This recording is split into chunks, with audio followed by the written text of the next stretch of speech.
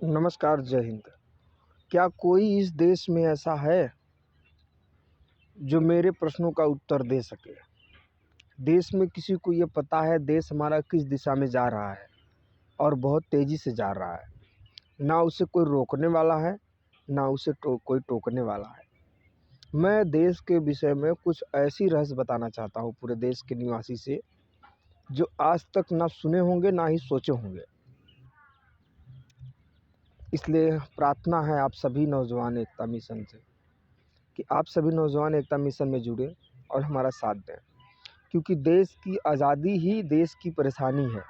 कहते हैं आधा सच पूरे झूठ से खतरनाक होता है, और आज वही हो रहा है। क्योंकि हमें 99 साल की आज़ादी मिली है और हम हमेशा के लिए आज़ाद खुद को समझते हैं। हमें 99 साल आज़ादी दिलाने के लिए ना जाने कितने हज़ार लोगों ने अपनी कुर्बानी दी, तब जाके हमें आज़ादी मिली। और आज़ादी मिलने के बाद आज 75 साल में देश विकास नहीं बल्कि बर्बाद किया गया है। हमारी बात को आप लोग ध्यान दीजिए कि 99 साल में हमें देश को विकसित करना था, लेकिन जिनसे देश आज़ाद हुआ है उनका प्लान ये था कि ये विकसित कितना भी करें, हम इनको करने ही नहीं देंगे। चूरन की तरह ईसाई धर्म के लोग, अंग्रेज़ों ने इस देश को बार बार हैंग करके खींचा और देश को बर्बाद कर डाला।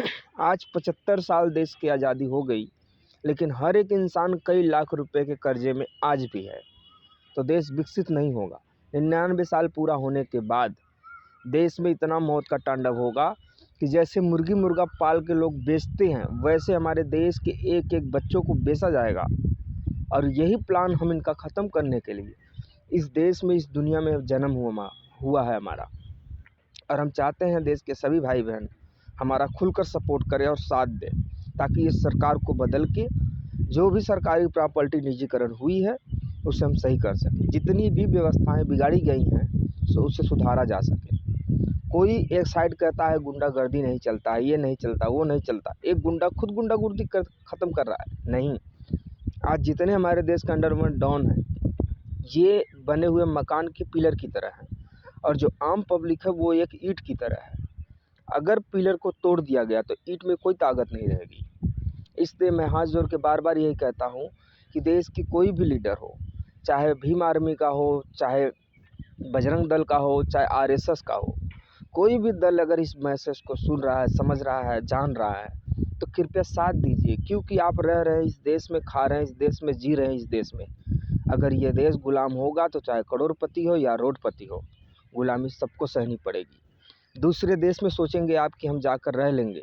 याद रखना, जिस दिन ये देश गुलाम हमेशा के लिए घोषित हो जाएगा, आप दुनिया के किसी भी देश में रहेंगे, आपको वहीं पर गुलाम बना लिया जाएगा। इससे हमारा साथ दीजिए, मदद कीजिए इस देश का, आने वाले हमारे बच्चों के लिए, कि इस देश की आज़ादी क्या है, हम इसकी खोज कर रहे हैं। और सारी परेशानी यही है, मोटी मोटा हिसाब में यही है। 99 साल की आज़ादी दी गई और चूतिया बना के लेने की पूरी रास्ता भी बना दी गई। आज़ादी के बाद नशा पत्ती, फिल्मी दुनिया, क्रिकेट मैच, समझिए बीमारी, परेशानी इतना डाल दिए कि आज किसी के पास समय नहीं है देश किस दिशा में जा रहा है, क्या होने वाला है। लेकिन समय जिसको तैयार करता है उसको सब पता रहता है। अब आप हमें चाहे समय का तैयार किया हुआ बंदा समझिए, चाहे हमारे हाथ में एक लकीर है महादेव जैसा, हाथों में त्रिशूल जैसा, आप वो समझ सकते हैं। शायद इसके कारण मुझे कुछ पता हो। इसलिए मैं ज़्यादा आपसे समय ना लेते हुए अपने चंद शब्दों से क्षमा चाहते हैं। जय हिंद।